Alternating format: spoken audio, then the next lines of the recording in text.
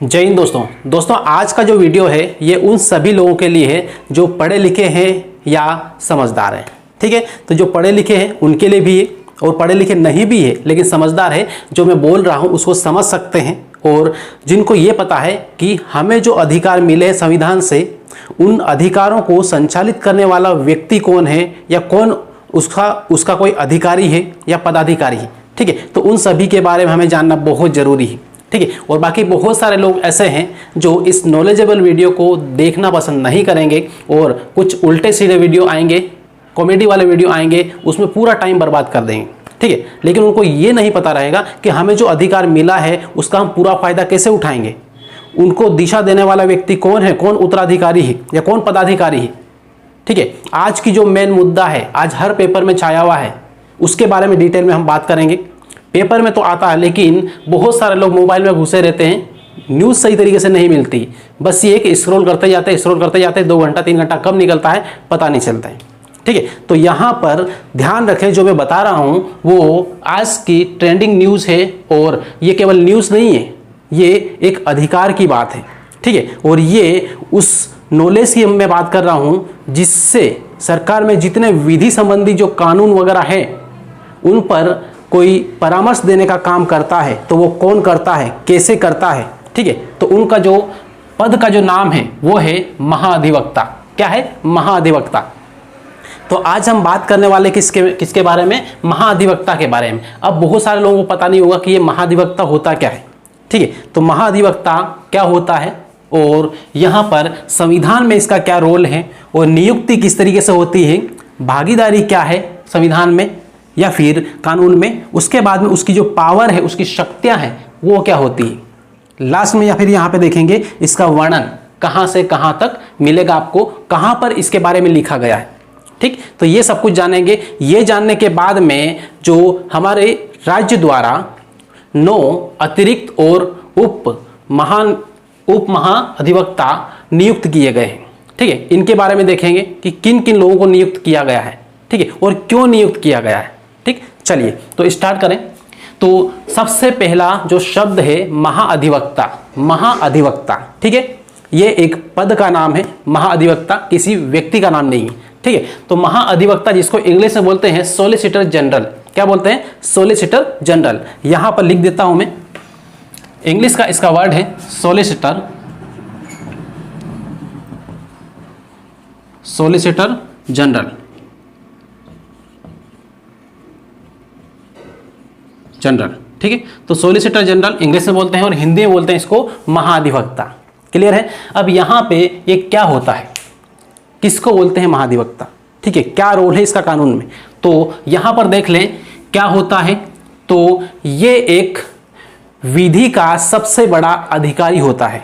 ठीक है, मतलब सरकार को कानून संबंधी परामर्श देने वाला या समझाने वाला जो सबसे बड़ा कानून अधिकारी होता है वो होता है कौन? महाधिवक्ता। किसके लिए? तो राज्य के लिए। हर राज्य में महाधिवक्ता होता है। ठीक है, जिस तरीके से केंद्र सरकार में क्या होता है, तो केंद्र सरकार के लिए जो कानून अधिकारी होता है वो होता है महान्यायवादी। महान्यायवादी, ये किसकी बात कर रहा हूं मैं? तो ये केंद्र के लिए। ठीक है, केंद्र सरकार के लिए। लेकिन जो महाधिवक्ता होता है ये किसके लिए होता है? तो ये राज्य सरकार के लिए होता है। राज्य सरकार को कानून संबंधी, विधि संबंधी कुछ भी परामर्श देना है तो कौन देगा? वो देगा महाधिवक्ता या फिर सॉलिसिटर जनरल। यहाँ पर महान्यायवादी को अटॉर्नी जनरल ऑफ इंडिया बोलते हैं। ठीक है, अटॉर्नी जनरल ऑफ इंडिया। तो यहाँ पर इतना क्लियर हुआ कि महाधिवक्ता क्या होता है।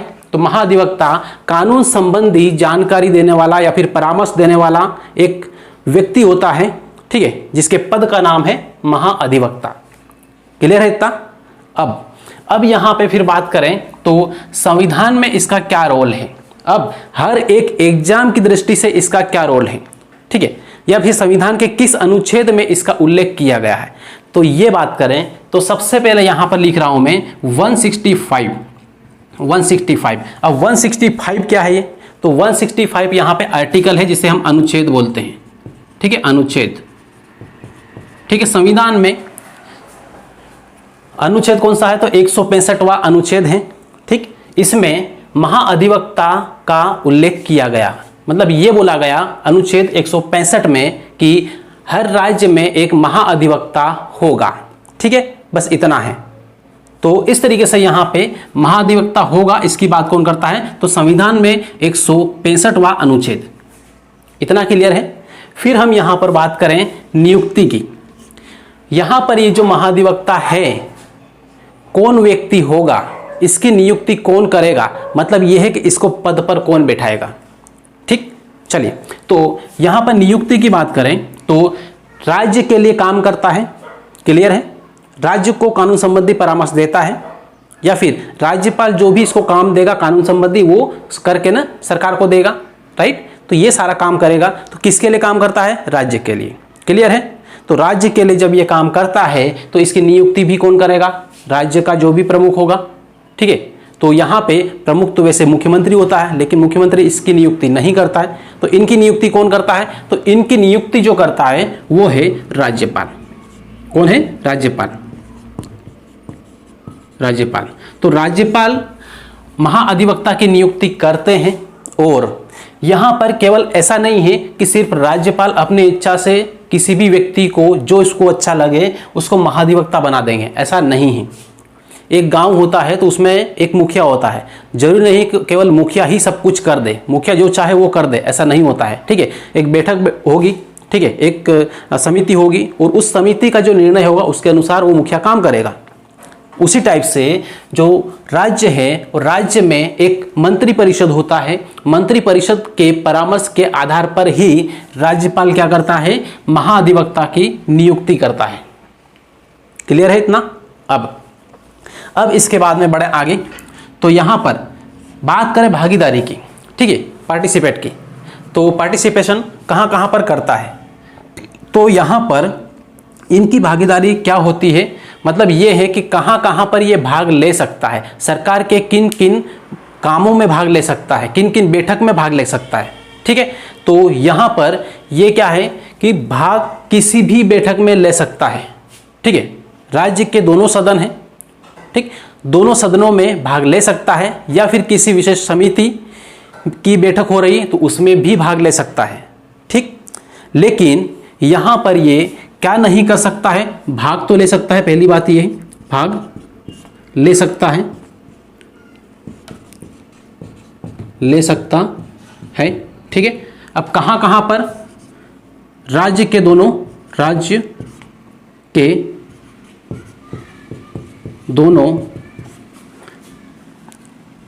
सदन में, सदन, ठीक है, राज्य के दोनों सदन में, विधानसभा, विधान परिषद, ठीक है, विधानसभा होता है, विधान परिषद होता है, दोनों में भाग ले सकता है, या फिर कोई समिति है उसकी बैठक हो रही तो उसमें भी भाग ले सकता है। लेकिन यहां पर क्या नहीं कर सकता है? तो ये मतदान नहीं कर सकता है, मतदान नहीं कर सकता है, कर सकता है, ये है। ठीक है, जैसे यहां पे समझने के लिए हम ये ले सकते हैं कि एक गांव की मीटिंग हो रही है, ठीक है, गांव की एक मीटिंग हो रही है जिसमें सरपंच वगैरह सब कुछ बैठे हैं, पंच वगैरह बैठे हैं, और इसमें कोई बहुत सारे लोग बैठते हैं, ठीक है, हर एक व्यक्ति बैठता है।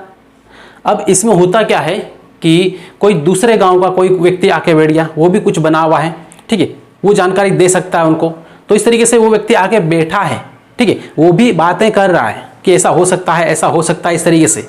ठीक, लेकिन जब बात आई वोटिंग की तो वो बाहर से आया हुआ व्यक्ति या फिर कोई भी व्यक्ति हो, मुखिया हो बाहर का, तो वहाँ पर वोट नहीं दे सकता है, समझाइश दे सकता है, बातें कर सकता है। ठीक है, तो इस तरीके से यहाँ पे इनका भी है महाअधिवक्ता का, ये क्या कर सकता है? भाग ले सकता है, ठीक है, राज्य के दोनों सदनों में या किसी समिति की बैठक में, लेकिन जब आती है मतदान की बारी तो वो मतदान नहीं कर सकता है। क्लियर है? इतना है बस, ये है भागीदारी। अब इसके बाद फिर बात करें यहाँ पर तो पावर। अब इसकी पावर क्या है, इसको क्या क्या शक्तियाँ प्राप्त हैं या क्या क्या सुविधाएं प्राप्त हैं? तो सुविधाओं की बात करें, वेतन की बात करें, पेंशन की बात करें या भत्ते की बात करें, तो यहाँ पर जो महाअधिवक्ता हैं, इन महाअधिवक्ता का वेतन, जितनी भी सुख सुविधाएं हैं, ये सब कुछ वैसे ही मिलती है या उतनी ही मिलती है जितनी विधानसभा या विधानमंडल के एक सदस्य को मिलती है। ठीक है, विधानमंडल के सदस्य को मिलने वाली समस्त प्रकार की जो सुख सुविधाएं हैं, वेतन भत्ता पेंशन वगैरह जो भी है, ये सारी की सारी इनको मिलती है। क्लियर है? तो ये यहाँ पर ध्यान रखना है। तो यहाँ पे विधानमंडल के सदस्य के समकक्ष विधान मंडल के सदस्य के समान शक्तियां प्राप्त हैं, शक्तियां या फिर उनको जो भी वेतन भत्ते वगैरह मिलते हैं वो यहाँ पर उनको मिलते हैं। ठीक, ये है। अब इसके बाद में फिर हम यहाँ पर बात करें कि ये जो महाधिवक्ता है या फिर सॉलिसिटर जनरल है, इनका संविधान में कहाँ कहाँ पर उल्लेख किया गया है। सबसे पहले मैंने तो ये बता दिया आपको कि इसका जो महाधिवक्ता का जो वर्णन है या फिर ये कहाँ पर बोला है कि हर राज्य में एक महाधिवक्ता होगा, तो ये अनुच्छेद 165 में बोला है, संविधान के अनुच्छेद 165 में बोला है। क्लियर है?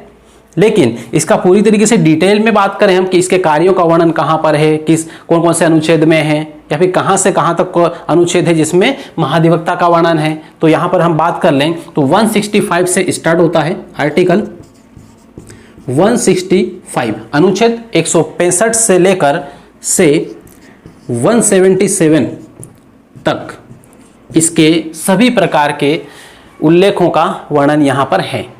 इतना क्लियर है?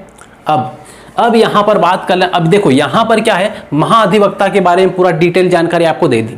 ठीक है, अब बारी आती है उस मेन मुद्दे की जो हाई कोर्ट या फिर राज्य सरकार के द्वारा 9 लोगों को यहां पर नियुक्ति दी गई।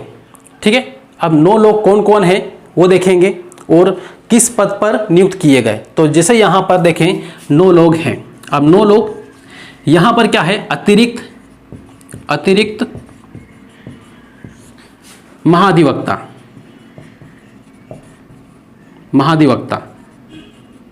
ठीक है, अतिरिक्त महाधिवक्ता। और फिर यहां पर है उप महाधिवक्ता।